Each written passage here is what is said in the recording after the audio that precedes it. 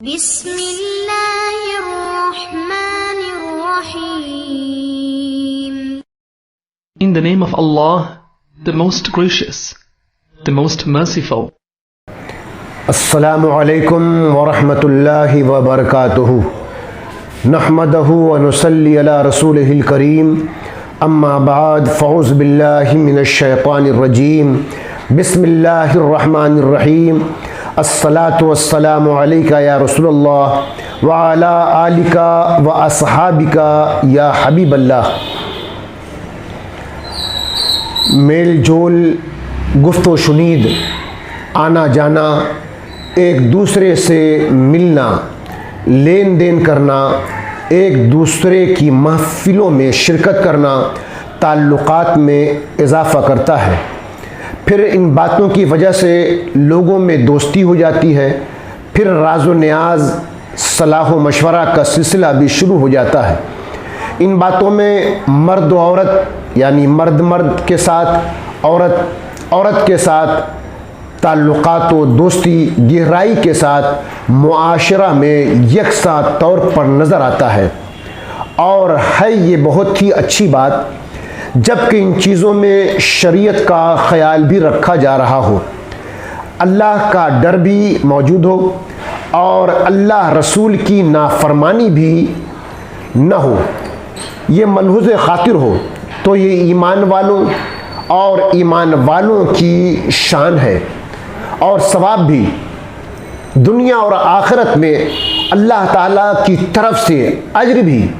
मगर बात यह है कि ऐसी सोच व फ़िक्र आम मुसलमानों को के अंदर भी आना ज़रूरी है और ये ईमान का तकाज़ा भी कि मेरी दोस्ती, मेरा उठना, मेरा बैठना किन लोगों के साथ होना चाहिए कि अल्लाह रसूल की रज़ा और खुशनुदी भी हासिल हो, और किन लोगों से दूरी और परहेज़ करना चाहिए कि कहीं अल्लाह रसूल की नाफरमानी की वजह से अज़ाब का मुस्तहिक ना हो जाएं।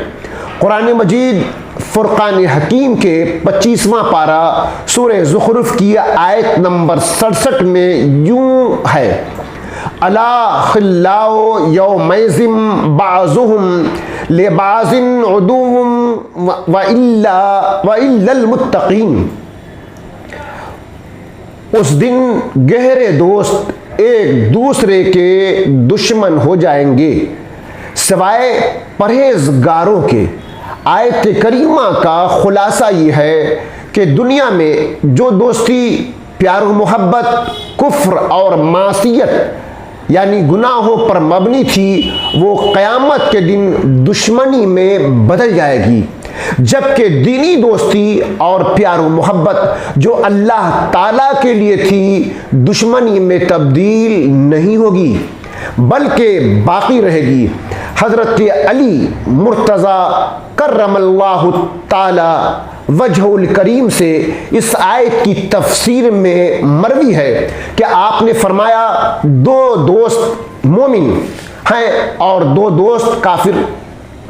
मोमिन दोस्तों में एक मर जाता है तो बारगाह इलाही में अर्ज़ करता है, या रब अज़्ज़ा वजल, फला मुझे तेरी और तेरे रसूल सल्लल्लाहु ताला अलैहि वसल्लम की फरमाबरदारी करने का और नेकी करने का हुक्म करता था और मुझे बुराई से रोकता था और ये कहता था कि मुझे तेरे हुजूर हाजिर होना है। या रब अज़्ज़ा वजल, उसे मेरे बाद गुमराह न करना और उसे ऐसी हिदायत दे जैसी हिदायत मुझे अता फरमाई, और उसका ऐसा इकराम कर जैसा मेरा इकराम फरमाया। जब उसका मोमिन दोस्त मर जाता है तो अल्लाह ताला दोनों को जमा करता है और फरमाता है कि तुम में हर एक दूसरे की तारीफ करे, तो हर एक कहता है कि ये अच्छा भाई है, अच्छा दोस्त है, अच्छा रफीक है। और जब दो काफिर दोस्तों में से जब एक मर जाता है तो दुआ करता है, या रब अज़्ज़ा वजल फला मुझे तेरी और तेरे रसूल सल्लल्लाहु ताला अलैहि वसल्लम की फर्मा बरदारी से मना करता था और बदी और बुराई का हुक्म देता था, नेकी से रोकता था और ये कहता था कि मुझे तेरे हुजूर हाजिर नहीं होना है। तो अल्लाह ताला फरमाता है कि तुम में से हर एक दूसरे की तारीफ करे, तो उनमें से एक दूसरे को बुरा भाई, बुरा दोस्त और बुरा रफीक कहता है। इस तफसीर से ये ज़रूर समझा जा सकता है कि आज इस फितने के दौर में हम अपने आप को और अपने बाल बच्चों को और अपने घर वालों को किस दोस्ती की तरफ, किस मेल जोल की तरफ, किन महफिलों की तरफ ले जा रहे हैं। लम्हा भर के लिए सीने पर हाथ रखकर सोचिए कि अल्लाह ताला की नाफरमानियों पर किस हद तक बेबाकी और जुर्रत बढ़ती जा रही है। खुदारा उम्र रसीदा खवातीन व हजरात से मेरी गुजारिश है कि आप तो होश में आ जाइए, अब तो होश में आइए, अपने और बाल बच्चों को संभाल लीजिए, तौबा करके अल्लाह रसूल को राजी करके दुनिया से जाइए, वरना सवाबे जारिया, सदक़े जारिया का तसव्वुर ज़हन फिक्र तक ही महदूद रह जाएगा और गुनाहे जारिया का पूरा निज़ाम बनाकर रुखसत हो जाइएगा। बात का अफसोस किसी काम का ना होगा। इस आयत करीमा से मालूम हुआ कि अल्लाह ताला की रज़ा की खातिर ईमान वालों की आपस में मोहब्बत और दोस्ती क़यामत के दिन काम आएगी। लिहाजा अहले ईमान का अंबियाए कराम अलैहिमुस्सलातु वस्सलाम और अल्लाह ताला के औलिया रहमतुल्लाहि ताला अलैहिम से मोहब्बत अक़ीदत रखना उन्हें ज़रूर नफ़ा पहुँचाएगा। नीज़ उलूमे दीन के उस्ताद, शेख और मुर्शिद, उलमा और आलिम इस्लाम के तमाम मुसलमानों से बेलौस मोहब्बत इसमें दाखिल है। सही बुखारी शरीफ में हजरत अनस रज़ी अल्लाह ताला अन्हु से रवायत है कि एक शख्स ने अर्ज़ की, या रसूलुल्लाह सल्लल्लाहु ताला अलैहि वसल्लम, क़यामत कब कायम होगी? इरशाद फरमाया, तूने उसके लिए क्या तैयारी की है? उसने अर्ज की, उसके लिए मैंने कोई तैयारी नहीं की, सिर्फ इतनी बात है कि मैं अल्लाह अज़्ज़ा व जल और रसूलुल्लाह सल्लल्लाहु ताला अलैहि वसल्लम से मोहब्बत रखता हूँ। इरशाद फरमाया, तू उनके साथ है जिनसे तुझे मोहब्बत है।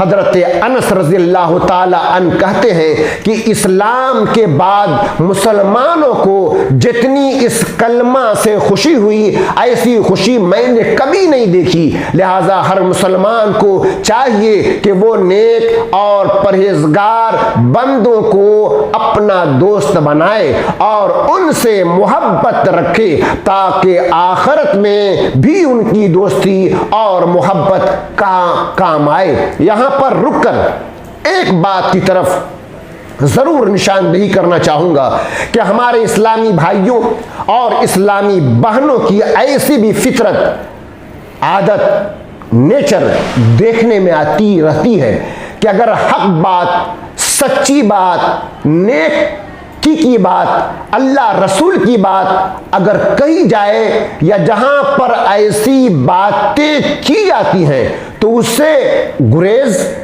परहेज भी करते हैं और अमली तौर पर नागवारी का इजहार भी। सोचिए यह आदत आपको किस तरफ और कहां ले जा रही है, हमें किस तरफ जाना चाहिए और क्या करना चाहिए। हजरत अबी हुरैरा रज़ी अल्लाह ताला अन्हु से रिवायत है कि नबी अकरम सल्लल्लाहु ताला अलैहि वसल्लम ने इरशाद फरमाया, अल्लाह ताला क़यामत के दिन फरमाएगा, वो लोग कहां हैं जो मेरे जलाल की वजह से आपस में मोहब्बत रखते थे।